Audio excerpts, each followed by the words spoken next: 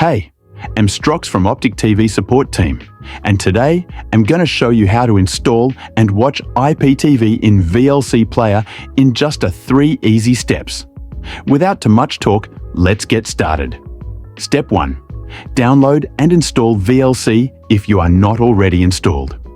Go to the official VLC website and download the version compatible with your operating system. Step 2. Get your IPTV file M3U. The M3U file is the key to accessing your IPTV channels.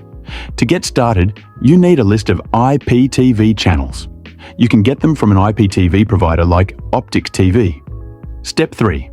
Add IPTV list to VLC. Open VLC and click Media in the main menu. Select Open Network Stream or click on Ctrl+N. Paste the M3U URL that Optic TV provided to you and click on Play.